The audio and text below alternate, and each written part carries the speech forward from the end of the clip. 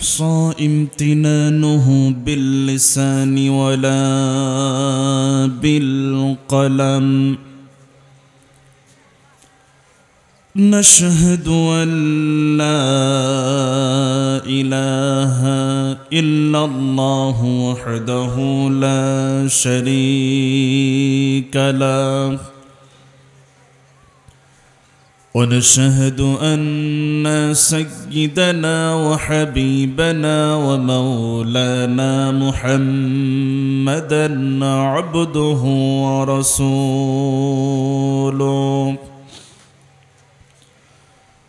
الذي أرسله بالحق بشيرا ونذيرا وداعيا إلى الله بإذنه وسراجا وقمرا منيرا. فقد قال الله تعالى في كلامه المجيد وفرقانه الحميد: أعوذ بالله من الشيطان الرجيم. بسم الله الرحمن الرحيم. إن الله وملائكته يصلون على النبي يا أيها الذين آمنوا صلوا عليه وسلموا تسليما. اللهم صل على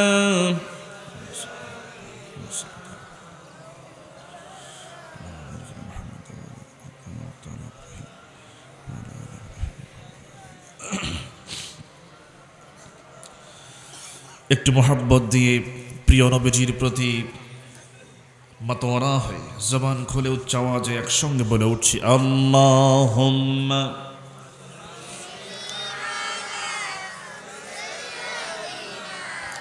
মাওলানা মুহাম্মদ ওয়া আলা আলি সাইয়্যিদিনা। খেয়ে না খেয়ে দিন প্রচারের কাজে নিজেকে দিয়েছ বিলিয়ে, তাই ফির কাফিরেরা চিনল না এ আলো। দুষ্ট ছেলেদের পিছু দিল লেলিয়ে, পাথরের আঘাতে ক্ষত বিক্ষত হয়ে সারা শরীর থেকে রক্ত ঝরে। হে রাসূল,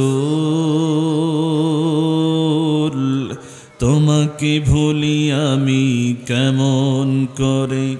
হে রাসূল, তোমাকে ভুলি আমি কেমন করে? আল্লাহুম্মা সাল্লি আলা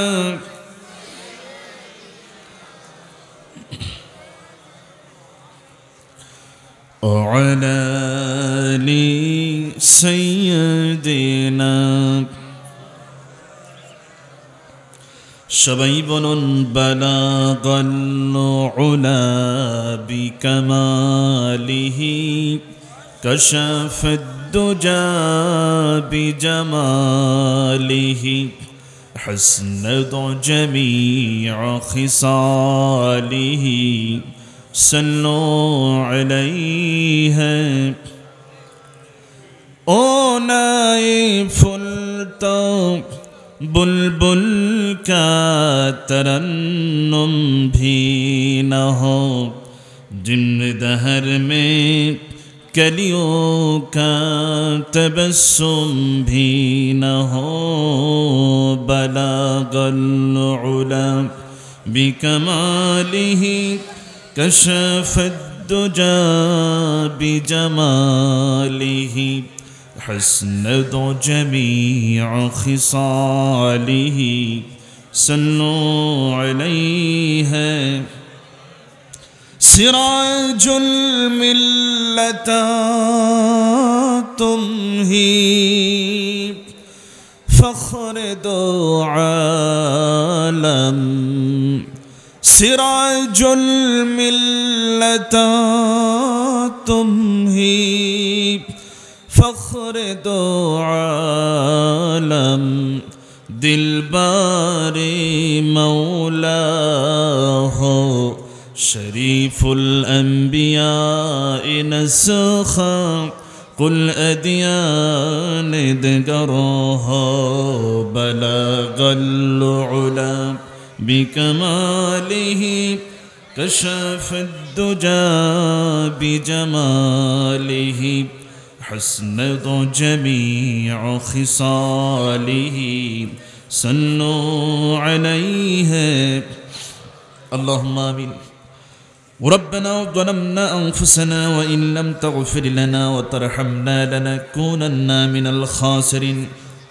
الله تعالى দেশের দক্ষিণাঞ্চল ঐতিহ্যবাহী চট্টগ্রাম জেলার সাতকারী উপজেলার পৌরসভার মধ্যে অবস্থিত আজকের এই ঐতিহাসিক আইয়ার জামে মসজিদ ঈদগাহ ময়দানে অনুষ্ঠিত মরহুম বদিউর রহমান হেফজখানা এতিমখানার দস্তারবন্দি রব্বুল আলামিন আয়োজক কমিটি কর্তৃক আয়োজিত 2 দিনব্যাপী তাফসিরুল কোরআন মাহফিলের প্রথম রজনীতে রব্বুল আলামিন আমরা কিছু গুনাহগার তোমার প্যারা হাবিব পাকের উপরে কয়েক মর্তবা দরুদ ও সালাম পড়েছি মেহেরবানি করে দরুদ ও সালাম টুকুন সোনার মদিনায় নবী পাকের রওজা মোবারকে পৌঁছায় দাও तमाम বিশ্বের মাটির নিচে যত মুমিন মুমিনাত শুয়ে আছেন তাদের আরওয়ার পরে সব পৌঁছায় দাও আল্লাহ তাআলা এই মাহফিলের আয়োজন যারা করেছেন আর শোনার জন্য যারা এসেছেন কিয়ামতের দিন মুসিবতের সময় এই মাহফিল আমাদের সকলের জন্য নাজাতের ওসিলা বানায়া দিও ইয়া রব करम तो अगर करे वो बातें ज़ुबां को जो दिल पर असर करे तक़ब्बल मिन्ना इन्नका अंतस समीउल अलीम وتب علينا إنك أنت التواب الرحيم سبحان ربك رب العزة عما يصفون وسلام على المرسلين والحمد لله رب العالمين দেশের দক্ষিণাঞ্চল ঐতিহ্যবাহী চট্টগ্রাম জেলার সাতকানিয়া পৌরসভার মরহুম বদিউর রহমান হেফজখানা এতিমখানার দস্তারবন্দি উপলক্ষে আজকের এই 17তম অধিবেশন 2 দিনব্যাপী ঐতিহাসিক তাফসিরুল কোরআন মাহফিল 2024 2 দিনব্যাপী মহতী আয়োজনের আজকের প্রথম রজনীর সম্মানিত সুযোগ্য শ্রদ্ধাভাজন সভাপতি হাফেজ নুরুল ইসলাম সাবেক খতিব খাগড়াছড়ি কেন্দ্রীয় জামে মসজিদ পরিচালক আব্দুর রহমান মরহুম বদিউর রহমান হেফজখানা ও এতিমখানা দোয়া করছি আল্লাহ পাক মাননীয় সভাপতি এবং পরিচালক মহোদয় দুজনেরই হায়াত এবং রিজকের মধ্যে আল্লাহ বরকত দান করুন বলছে আমিন। আজকের প্রোগ্রামের আমন্ত্রিত উলামায়ে কেরাম ফুদুল ইজাম বিশেষ করে আমাদের সকলের সুপরিচিত শ্রদ্ধাভাজন আওলাদ রসুল আল্লামা সৈয়দ মোহাম্মদ আনোয়ার হোসেন তাহের জাবেরি আল মাদানী দামাত বারাকাতুহুম এবং ডক্টর মিয়া মফিজুর রহমান আল আজহারি ওনারা আসবেন, কোরআন থেকে হাদিস থেকে আপনাদের কথা শোনাবেন। তারা সহ আমন্ত্রিত সকলে উলামায়ে কেরাম ফুদালায়ে ইসলাম আমার সামনে উপস্থিত অত্র অঞ্চলের কাছে ও দূরের আমার অত্যন্ত হৃদয়ের তৌহিদের পতাকাবাহী কালেমার ঝান্ডাবাহী দিন ইসলামের নরশারদুল প্রিয় দিনী মুজাহিদ ভাইরা এবং এই প্রোগ্রামকে বাস্তবায়ন করার জন্য যারা সবসময় অগ্রণী ভূমিকা পালন করেছেন করছেন, হিলফুল ফুজুল সংঘ এবং সহযোগিতা করছেন পূর্ব চিত্রপাড়ার সকল গ্রামবাসী। হিলফুল ফুজুলের যত সদস্য আছে সকলকে আমার ব্যক্তিগতভাবে আমার অন্তর থেকে তাদেরকে আন্তরিক শুভেচ্ছা এবং মোবারকবাদ জানাচ্ছি।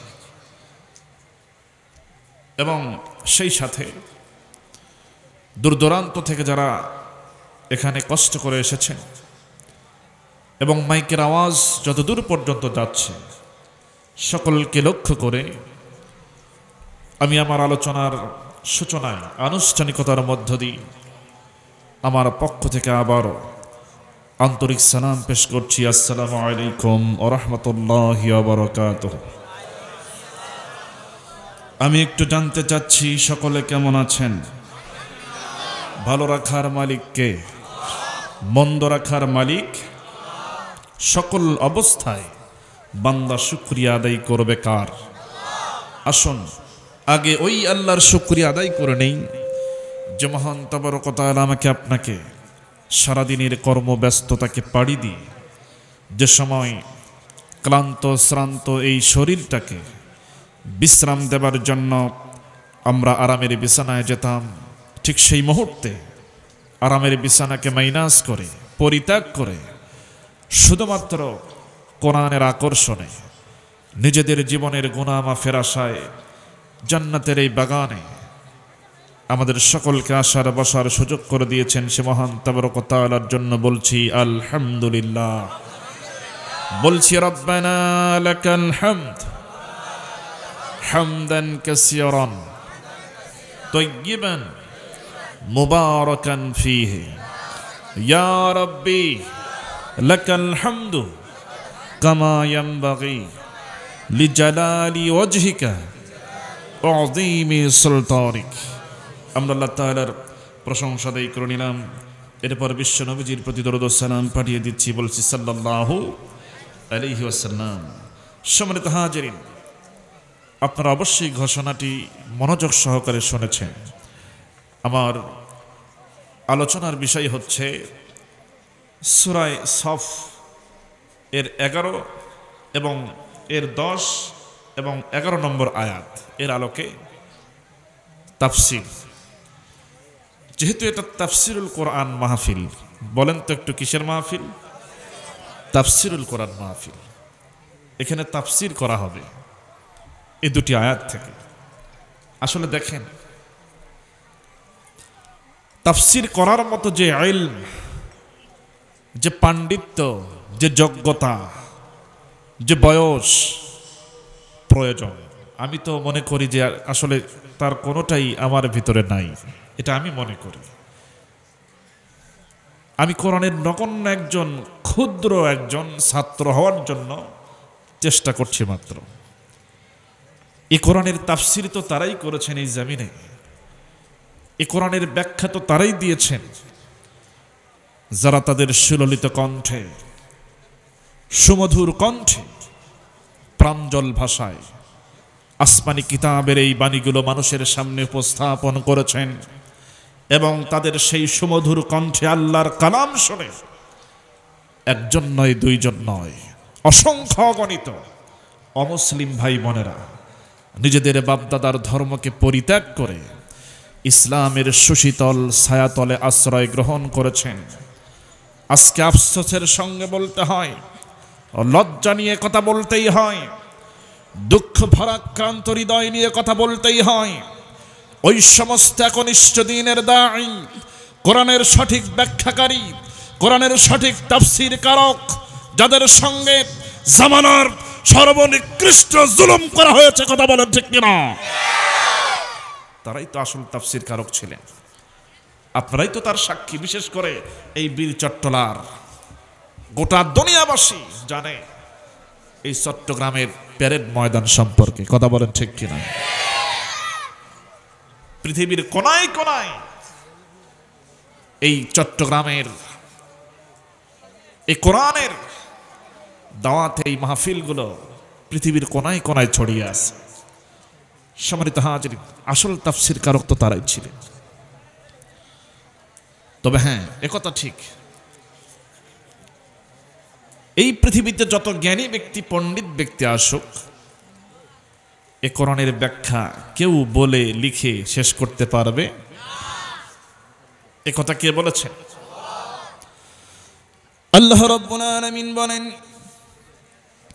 قل لو كان البحر مدادا لكلمات ربي لنفد البحر قبل أن تنفد كلمات ربي ولو جئنا بمثله مددا। আল্লাহ রাব্বুল আলামিন বলেন, तमाम দুনিয়ার সমস্ত সমুদ্র আর মহাসমুদ্রের পানিগুলো যদি একত্রিত করে কালি বানানো হয়, আর তাই দিয়ে যদি আমার এই কালামের ব্যাখ্যা লেখা যদি শুরু হয়ে যায়, লিখতে লিখতে সমস্ত সাগর মহাসাগরের পানিগুলো ফুরিয়ে যাবে, আমার এই কালামের ব্যাখ্যা লেখা কোনোদিন শেষ হবে না। সুবহানাল্লাহ, কি আযীম কিতাব আমরা পেয়েছি! সেই আসমানি গ্রন্থ, মহাগ্রন্থ আল কোরআনের 61 নম্বর সূরা, সূরাটির নাম হচ্ছে সূরায়ে সফ। কত নম্বর সূরা বলেন? একটু সবাইকে বলতে হবে, কষ্ট হচ্ছে আপনাদের? আমার কথা বুঝতে কি সমস্যা হচ্ছে? আচ্ছা, 61 নম্বর সূরা, সূরাটির নাম হচ্ছে সূরায়ে সফ। এর আয়াত সংখ্যা যতগুলি রয়েছে তার ভিতর থেকে আমি মাত্র 2টি আয়াত তেলাওয়াত করেছি, 10 এবং 11 নম্বর আয়াত। এর উপর ভিত্তি করেই আমি কিছু কথা বলার চেষ্টা করব। আল্লাহ পাক যেন আমাকে আমলের নিয়তে বলার, আপনাকেও যেন আমলের নিয়তে শোনার তৌফিক দান করেন, বলছি আমিন। একটু আমার সাথে আপনারা তেলাওয়াত করবেন যারা পারেন। আউযু বিল্লাহি মিনাশ শাইতানির রাজীম। বিসমিল্লাহির রহমানির রহিম। ইয়া أيها الذين آمنوا هل أدلكم على تجارة تنجيكم من عذاب أليم تؤمنون بالله ورسوله وتجاهدون في سبيل الله بأموالكم وأنفسكم ذلكم خير لكم إن كنتم تعلمون الله أكبر عن حريص الأشعري رضي الله تعالى عنه عن النبي صلى الله عليه وسلم قال أنا أمركم بخمس الله أمراني بهن الجماعات والسمع والطاعات والهجرة والجهاد في سبيل الله فإنه من خرج من الجماعات قيد شبر فقد خلع ربقة الإسلام من عنقه إلا أن يرجع ومن ادعى بدعوى الجاهليات فإنه من جزاء جهنم قال رجل يا رسول الله صلى الله عليه وسلم وإن صلى وصام قال رسول الله صلى الله عليه وسلم وإن صلى وصام وزعم أنه مسلم رواه الترمذي عن أبي هريرة رضي الله تعالى عنه قال قال رسول الله صلى الله عليه وسلم من مات ولم يغدو ولم يحدث به نفسه مات على شعبة من نفاق رواه المسلم أو كما قال عليه الصلاة والسلام বলছি সুবহানাল্লাহ বলছি আলহামদুলিল্লাহ বলছি আল্লাহু আকবার সম্মানিত হাজিরিন আপনাদের সামনে সেই নির্দিষ্ট সূরা সূরা সফ থেকে 10 নম্বর এবং 11 নম্বর আয়াত তেলাওয়াত করেছি এবং এর সঙ্গে রাসূল করিম সাল্লাল্লাহু আলাইহি ওয়াসাল্লামের অসংখ্য হাদিস থেকে মাত্র 2টি হাদিস আমি তেলাওয়াত করেছি এটাকে সামনে রেখে কিছু কথা বলার চেষ্টা করব শুনতে রাজি আছেন তো ইনশাআল্লাহ আমার বন্ধুগণ আসেন আগে জেনে নেই সূরাটার নাম হচ্ছে সূরা সফ সফ শব্দের অর্থ হচ্ছে সারিবদ্ধ কাতারবন্দী বোঝা যাচ্ছে কথা সারিবদ্ধ কাতারবদ্ধ বা কাতারবন্দী তার মানে বোঝা যাচ্ছে কাতার তো আর একা একা হয় না হয় কি অনেকের সমন্বয়ে একটা কাতার হয়ে যায় সারিবদ্ধ তার মানে সেখানে অনেকজনের অবস্থান সবাই মিলেই সারিবদ্ধ হয়ে দাঁড়িয়েছে বলেই সারিবদ্ধ শব্দটা এখানে ব্যবহার করা হয়েছে এখন আসুন এই যে সূরার নামটা কিভাবে হলো কোথা থেকে এলো এটা তো আল্লাহ পাক অন্য কোনো গ্রহ থেকে নাজিল করেন নাই এই কোরআনের এই সূরারই কোনো না কোনো একটা জায়গা থেকে শব্দটাকে এনে এই সূরার নামকরণ করেছেন সূরা সফ সুবহানাল্লাহ বলেন শুধু এটা নয় কোরআনে আরো যত সূরা আছে সবগুলো সূরার নাম ওই সূরারই কোনো না কোনো অংশ থেকে আয়াত থেকে টান দিয়ে এটার নামকরণ করা হয় এবং এই নাম এই চয়েস এগুলো কে করেছেন বলেন তো আমার বন্ধুগণ খেয়াল করুন আল্লাহ রাব্বুল আলামিন এই সূরা সফের মতো আরো অনেক সূরা নাজিল করেছেন কোরআনে কারীমের ভিতরে যদি জানা থাকে বলবেন কোরআনে কারীমের ভিতরে সূরার সংখ্যা কত 114টি সবগুলোর নাম কে দিয়েছেন এই কোরআনে কারীমের ভিতরে আল্লাহ রাব্বুল আলামিন প্রাণীর নামে সূরা দিয়েছেন কীটপতঙ্গের নামে সূরা দিয়েছেন লোহার নামে সূরা দিয়েছেন সূর্যের নামে সূরা দিয়েছেন আবার মানুষের নামেও সূরা দিয়েছেন আছে না নাই একটু প্রমাণটা করে নেই সূরার নামগুলোকে আল্লাহ পাক কিভাবে চয়েস করলেন বাছাই করলেন নামকরণ করলেন নাম দিলেন প্রথমে যদি আমরা একটু চলে যাই সূরা ফাতিহার পরে যেই সূরাটা আমরা দেখতে পাবো বলেন তো সূরাটার নাম কি বাকারা মানে কি গাভী গরু তার মানে প্রাণীর নামে সূরা প্রাণীর নামে সূরা এরপর আল্লাহ রাব্বুল আলামিন কোরআনে কারীমের ভিতরে কীটপতঙ্গের নামে সূরা দিয়েছেন যেমন মৌমাছির নামে সূরা আছে না নাই সূরা নাহল এরপরে মাকড়সার নামে সূরা আছে না নাই সূরা আনকাবুত এরপরে ছোট্ট একটা প্রাণী যার নাম হলো পিঁপড়া পিঁপড়ার নামেও সূরা আছে না নাই সূরা নামল এবার আসেন যেহেতু পিঁপড়ার নামটা চলে এলো সামান্য 2 মিনিট একটু বলে নি শিক্ষা নেওয়ার জন্য আল্লাহ রাব্বুল আলামিন পৃথিবীতে এত সৃষ্টি থাকতে এত বিশাল বিশাল সৃষ্টি থাকতে সামান্য পিঁপড়ার নামে ছোট্ট একটা পতঙ্গের নামে কেন সূরা দিলেন রহস্য আছে না নাই অবশ্যই আছে একটু জানার চেষ্টা করি শিক্ষা নেওয়ার জন্য আসলে মূলত এই পিঁপড়ার ভিতরে আল্লাহ রাব্বুল আলামিন কিছু গুণাবলী দিয়েছেন যেমন নেতৃত্বের যত কোয়ালিটি, নেতা হওয়ার যত গুণাবলী দরকার, এই পিঁপড়ার ভিতরে আল্লাহ পাক দিয়ে দিয়েছে। ইতিহাস থেকে একটু শিক্ষা নেওয়ার জন্য একটু বলি 2 মিনিটে আমার ভাইয়েরা, আমার বন্ধুগণ, ওই যে পয়গম্বর সুলাইমান আলাইহিস সালাতু ওয়াস সালামের সময় খেয়াল করুন, এই পিপিলিকাদের নেতা, পিঁপড়াদের নেতা অসংখ্য পিপিলিকাকে সামনে রেখে জনপদের সমস্ত লক্ষ লক্ষ কোটি কোটি পিঁপড়াদের সামনে রেখে যখন বক্তব্য দিচ্ছে, এমন সময় তার চোখটা চলে যায় ডান দিকে অথবা বাম দিকে, রাস্তার দিকে।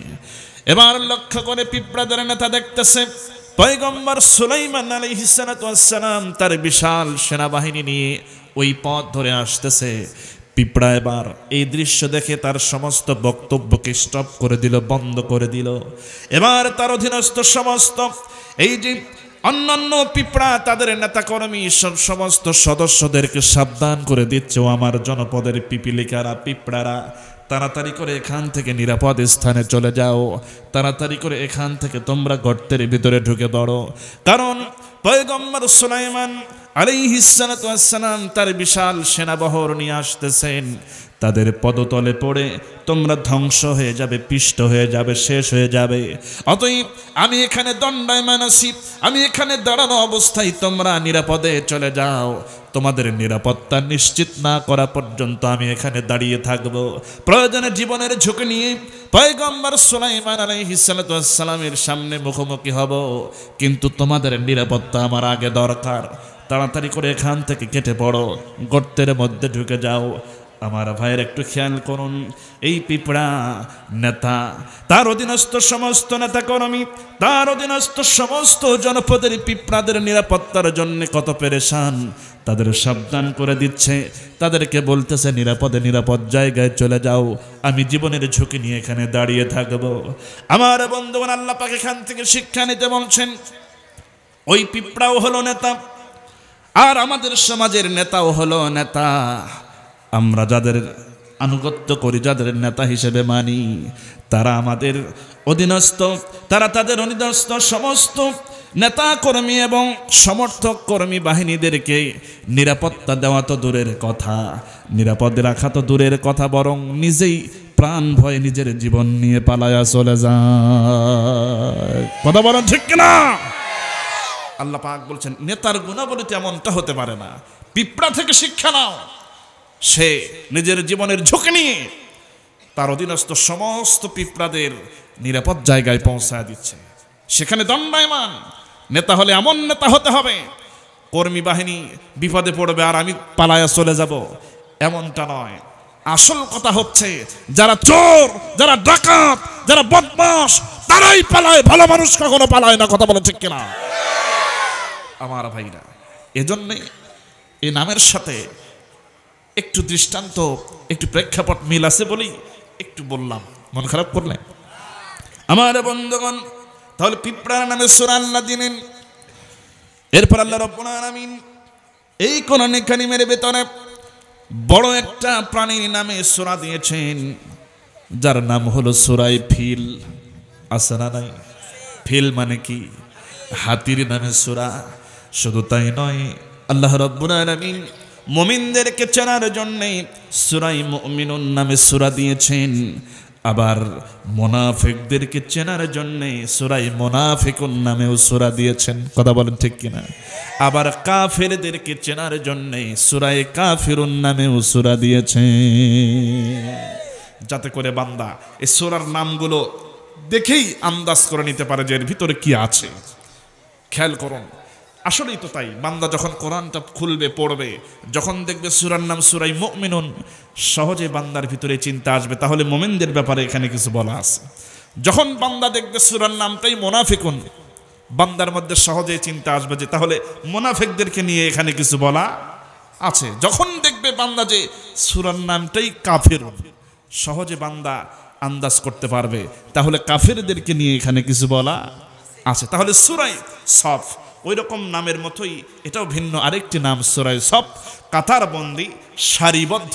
তার মানে এর দ্বারা মানে আন্দাজ করা যায় এখানে সারিবদ্ধ বা কাতারবন্দি হয়ে কোনো না একটা ঘটনা ঘটেছে, না হলে তো এই ধরনের নাম আল্লাহ দিতেন না। কথা বলেন ঠিক কি?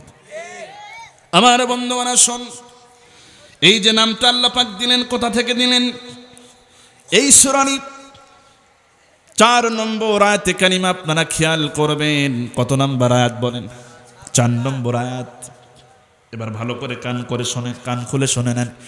61 নম্বর সূরা, সূরা সফ এর 4 নম্বর আয়াতে খেয়াল করবেন, আল্লাহ পাক বলছেন, ইন্নাল্লাহা ইউহিব্বুল্লাযীনা ইউকাতিলুনা ফী সাবিলিহি সাফফান কাআন্নাহুম বুনয়ানুম মারসুস। আল্লাহু আকবার। এখানে আল্লাহ রাব্বুল আলামিন বলছেন, নিশ্চয় আল্লাহ রাব্বুল আলামিন তাদেরকেই ভালোবাসেন, তাদেরকেই বেশি মহাব্বত করেন, ভালোবাসেন যারা তার রাস্তায় কাতারবন্দি হয়ে সারিবদ্ধ হয়ে সংগ্রাম করে, লড়াই করে তার জন্য। সুবহানাল্লাহ বলেন। খেয়াল করেন, সাবিলি সফান, এই যে সফ, এই শব্দ এখানে আছে না নাই? এই যে সফান, সফ শব্দটাকে আস্তে করে আল্লাহ পাক নিয়ে এসে এই সূরার নামটা দিলেন সূরা সফ। বোঝা গেল বিষয়টা? এবার আসেন, আল্লাহ রাব্বুল আলামিন এই আয়াতের ভিতরে কি বলছেন সেদিকে চলে যাব। আল্লাহ রাব্বুল আলামিন বলছেন, ইয়া আইয়ুহাল্লাযীনা আমানু হাল আদুল্লু